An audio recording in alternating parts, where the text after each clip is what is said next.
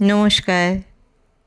Lipton one time আমার গল্পের নাম। আমি স্বর্ণকমলিকা চক্রবর্তী এখন সেই গল্পটা পড়ব।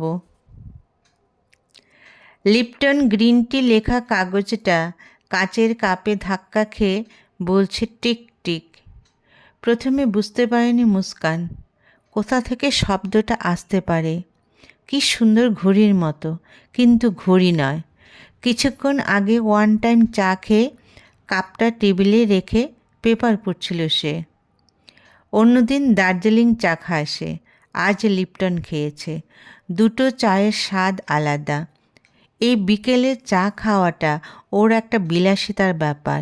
শুধু একটু লিকার, কোনো দুধ চিনি লাগে না, এবং এই চাটা ওর নিজের হাতে বানানো হতে হবে। অন্য কেউ বানিয়ে দিলে ওর হবে না। এবার সে নিজেই হাসবে না কাঁদবে বুঝতে পারছে না। অন্য কেউ কে? কেউ আছে ওর ঘরে যে ওকে চা বানিয়ে বলবে, দেখো তো কেমন বানিয়েছি? সে চা বানালে তবেই খেতে পারবে, না হলে খাওয়া হবে না। এটাকেই সে কেমন বাহাদুরির পর্যায়ে নিয়ে গিয়েছিল। বাবা, অন্য কেউ বানিয়ে দিলে হবে না। আহারে, ঘরে যেন কত মানুষ, সবাই ওকে চা করে খাওয়ানোর জন্য লাইন দিয়ে দাঁড়িয়ে আছে। সে শুধু আঙ্গুল তুলে একজনকে ইশারা করবে, সে তৎক্ষণাৎ দৌড়ে রান্নাঘরে যাবে, যেন আজকের পরীক্ষায় সে প্রথম হতে পেরেছে। অন্যদের মুখ চুন, কারণ ওরা কেউ আর চা করার অনুমতি পায়নি। সে তাদের বলল, তোমরা চিন্তা করো না, একদিন একদিন করে সবাই প্রথম হতে পারবে। মুস্কান মানে কি মহারানী? আর তাই তো লাইন ধরে লোক ওর পিছনে দাঁড়িয়ে থাকে। মহারাজের বউ হলে সামনে পিছনে এমন স্তাবকের দল দাঁড়িয়ে থাকে। কাজেই সে কল্পনায় নিজেকে মহারানীর পর্যায়ে নিয়ে গেল। মা বাবা বড় আদর করে মেয়ের নাম মুস্কান রেখেছে। এই মেয়ে নিজে যেমন হাসবে, অন্যদেরও তেমনি সুন্দর করে হাসি খুশিতে রাখবে। এবং সত্যি ছোটবেলা থেকেই সে প্রচণ্ড মিশুকে, হাসতে ভালোবাসে। এবং যেটা ওর সবচেয়ে বড় গুণ সেটা হলো সে খাবার যেমন তেমন করে খাবে না, সেটার ভিতর একটা পরিপাট্য চাই।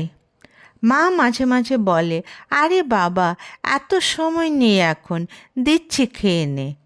মেয়ে হচ্ছে, তাহলে আজ খাবার দরকার নেই। মা আর কি করবে? মেয়ে উপোস থাকলে কি আর ঘরের কাজকর্ম ভালো লাগবে? তাই সুন্দর করে সাজিয়ে যেন শ্বশুর শাশুড়িকে খাবার দিচ্ছে এমনভাবে মেয়েকে খেতে দেয়। দেখেছো স্যালাডটা কি সুন্দর করে প্লেটে সাজিয়ে দিয়েছে? দুরান্ত হেসে ফেলল মুস্কানের কথা শুনে। বলল, আরে বাবা, এটার জন্য আলাদা চার্জ দিতে হয়েছে, না হলে একসঙ্গে একাকার করে দিয়ে যেত। আমি জানি তুমি এটা খুব পছন্দ করবে।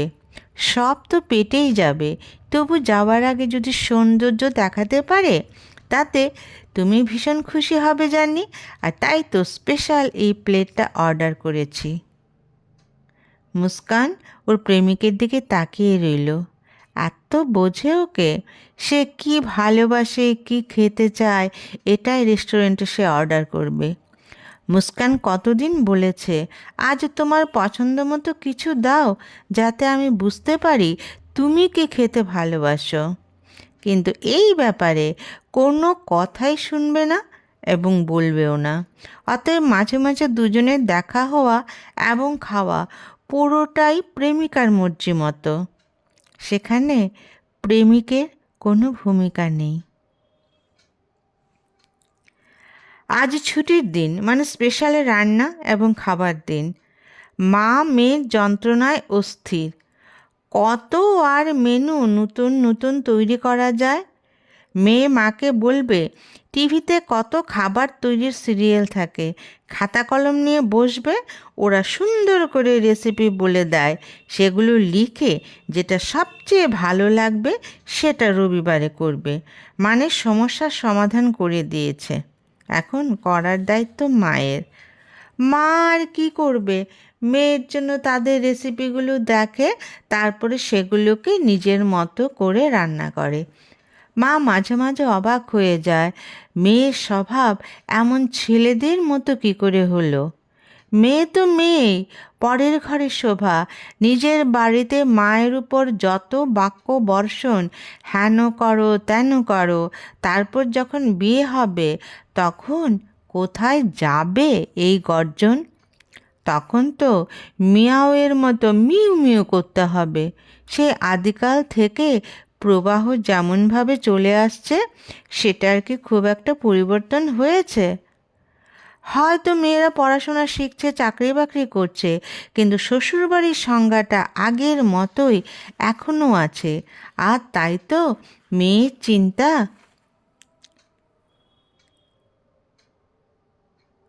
মায়েরও চিন্তা, কেমন বাড়ি পাবে মেয়ে, সংসার সুন্দর করে রাখতে পারবে তো মেয়ে? মা সারা দিন এই ব্যাপারটা চিন্তা করে। দুরান্ত বেশ কিছুদিন ধরেই বলছে, আর কতদিন রেস্টুরেন্টের স্যালাড খাবো, বাড়িতে তৈরি বউয়ের হাতের স্যালাড খেতে চাই। মুস্কান হেসে বলে, তোমরা পুরুষ মানুষরা বড় অস্থির, নিজে চাকরি পেয়ে গেছো, ব্যাস আর চিন্তা নেই, এবার বিয়ে। আরে যাকে বিয়ে করবে সে এখন মানসিকভাবে তৈরি কি না সেটা জানার কোনো প্রয়োজন বোধ করবে না। আরে মেয়েরা কি পুতুল নাকি যে দড়ি দিয়ে যেমন করে নাচাবে তেমনি নাচবে? দুরান্ত হেসে বলল, আমি বিয়ের কথা বলেছি, মনে হচ্ছে আমি মহা অন্যায় কথা বলেছি। কেন, আমার কি বিয়ে করার যোগ্যতা এখনো হয়নি? সারা জীবন কি প্রেমই করে যাব? বিয়ের কথা মাথাতেও আনবো না। মুস্কান হেসে বলল, আমি সেটা বলিনি, আমি এখনো চাকরি পাইনি, চাকরি না পেলে আমি বিয়ে করব না। সারাদিন বাড়িতে বসে থাকা আমার পোষাবে না, তাই বলছিলাম তুমি এত অধৈর্য হচ্ছ কেন, আমাকে চাকরিটা পেতে দাও। বেচারি প্রেমিক আর কি বলবে, যা বলার সেটা তো প্রেমিকা বলেই দিয়েছে। এখন ভগবানের কাছে রোজ একটা সময়ে প্রার্থনা করতে হবে মুস্কানকে যেন তাড়াতাড়ি চাকরিটা পাইয়ে দেয়। কিন্তু চাকরি তো হাতের মোয়া নয় যে চাইলেই জোগাড় হয়ে যাবে। আজকাল চাকরির পোস্ট থাকে কম, প্রার্থী থাকে অনেক বেশি। তাই কবে বেচারি চাকরি পাবে আর কবে যে গলায় মালা দেবে বুঝতে পারছে না সে। দুরান্ত আর পারছে না। বাড়ির বাইরে প্রেমিকা এক কথা বলছে, ঘরে এলে মা বাবা তাদের কথা বলছে। সে দুদিকে চাপে চিড়ে চ্যাপ্টা হয়ে যাচ্ছে। চাকরিটা ললিপপের মতো সামনে ঝুলছে, অথচ ছুতে পারছে না, এবং মুস্কানও ওর সামনে ললিপপ হয়ে আছে, ওকে ধরতে পারছে না। ইচ্ছে করছে পুরোটা মুখে ঢুকিয়ে দিতে, কিন্তু সব ইচ্ছে তো আর সবসময় পূরণ হয় না। কিন্তু বিয়েটা তো ইচ্ছের ব্যাপার নয়। সব কিছু ঠিক থাকলে, মানে চাকরি, ঘরে কোনো অসুবিধা না থাকলে তো বিয়ে করাই যায়। ওর মা বাবার তো কোনো দোষ নেই। তাছাড়া সে নিজেও তো চাইছে ওর ঘরে একটা বউ থাকুক, ওকে চা করে দেবে, ইত্যাদি ইত্যাদি কত কিছু। কিন্তু সেই ইচ্ছে কি গুড়ে বালিতে পরিণত হবে? জানে না সে। মুস্কান বুঝতে পারছে না হঠাৎ এত জরুরি তলব কেন, কি এমন কথা ফোনে বলা যাবে না? ওর মনে মনে ভয় লাগছে, সে যদি অন্য কোনো মেয়েকে বিয়ে করে নেয়, করতেই পারে, আর কতদিন সে বসে থাকবে? কিন্তু চাকরি যে কিছুতেই ধরা দিচ্ছে না। এদিকে মা বাবাও বলছে আর অপেক্ষা ভালো লাগছে না, বয়স তো দিন দিন বাড়ছে, চাকরি কি বিয়ে হলে পাওয়া যাবে না? কিন্তু ওর বক্তব্য, শ্বশুর বাড়ি গিয়ে পরীক্ষার প্রস্তুতি নিতে অসুবিধা হবে, কাজ করে সময়ই বার করতে পারবে না সে। এবার মায়ের বক্তব্য যে এত পরিপাটি কাজ করার পদ্ধতিটা একটু কমাতে। ওর সব কিছু সুন্দর নিখুঁত হতে হবে। ঘর দোর এত সুন্দর সবসময় রাখতে হলে আলাদা লোক রাখতে হবে। মেয়ে বলে, মা তুমি জানো তো আমার স্বভাব, সব অগোছালো থাকবে আর আমি পড়া করব, সেই পড়া যে আমার মাথায় ঢুকবে না। শাশুড়ি আমাকে বসিয়ে খাওয়াবে না আমি জানি, আমি নিজেও শ্বশুরবাড়িতে কাজ না করে থাকতে পারবো না। তুমি কাজ করো, আমার কিছু মনে হয় না, তুমিও সেটা কিছু মনে করো না, কিন্তু আমি কাজ করব না সেটা কিন্তু আমার শাশুড়ি মানতে পারবে না। উল্টে তখন সংসারের মধ্যে অশান্তি তৈরি হবে। আজকাল চাকরির পরীক্ষা বেশ কঠিন, দেখলে তো। এখানেই পরীক্ষা দিয়ে পাশ করতে পারছি না, আর ওই বাড়িতে না না, আগে চাকরি তারপর বিয়ে। মুস্কানের মনের আশঙ্কাই সত্যি হলো। দুরান্ত আর অপেক্ষা করতে পারবে না। বাবা মাকে আর কত কষ্ট দেবে, নিজের কষ্টের কথা তো বলেই না। আর প্রেমিকার এক গো, আমি চাকরি করব তারপর বিয়ে করব। প্রেমিকের বক্তব্য, কি দরকার ওর চাকরি করার, সে তো ভালো চাকরি করে, একটা সংসার চালানোর ক্ষমতা ওর আছে। মুস্কান হেসে প্রেমিককে বলল, পুরুষ মানুষ হিসেবে তুমি যা বলেছ তা 100% সত্য। আর আমি মেয়ে মানুষ হয়ে জানি একটা মেয়ের চাকরি কতটা দরকার। সেটা যে সবসময় অর্থনৈতিক কারণ হবে তা নয়, সেটা ওর মানসিক উন্নতির জন্য ভীষণ দরকার। দুরান্ত বলল, আমি তোমার ভাষণ শুনতে আসিনি, তুমি বলো তুমি বিয়ে করতে রাজি?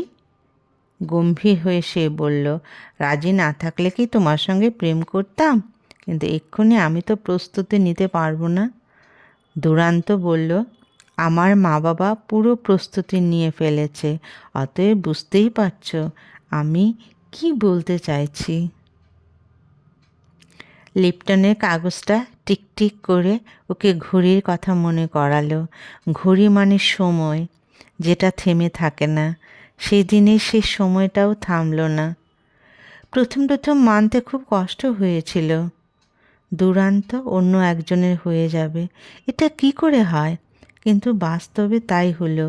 আর এমনই ভাগ্য, দুরান্তের বিয়ের পর সে পরীক্ষায় পাশ করলো এবং যেটা চেয়েছিল সেটা পেয়ে গেল। পোস্টিং হলো বাড়ি থেকে অনেক দূরে। সে মনে মনে খুশি হলো, যাক, এমন জায়গায় এখন চাকরি করবে যেখানে প্রাক্তন প্রেমিক ও তার বউকে দেখা যাবে না। মা বলেছিল, এবার তো আশা পূর্ণ হয়েছে, এবার তাহলে সংসারী হয়ে যা। মা তো সহজে কথাটা বলে দিল, কিন্তু সে তো দুরান্তকে মন থেকে সরাতে পারছে না। কিন্তু আজ ওয়ান টাইম লিপটনের কাগজ যেন ঘড়ি হয়ে ওকে সতর্ক করল, সময় চলে যাচ্ছে, যেটা যাচ্ছে সেটা কিন্তু আর ফেরত পাবে না। দুরান্ত পেরেছে, তুমি কেন পারছো না? সে লিপটন ওয়ান টাইমকে ধন্যবাদ দিল, টিকটিক করে নিজে ঘড়ি হয়ে ওর মনটা বদল করে দিল। আর বেশি দিন নেই, সে ঘরে একা থাকবে না। হয়তো ওকে লিপটন চা করিয়ে দিয়ে বলবে, দেখো তো খেয়ে চাটা কেমন হয়েছে। নমস্কার।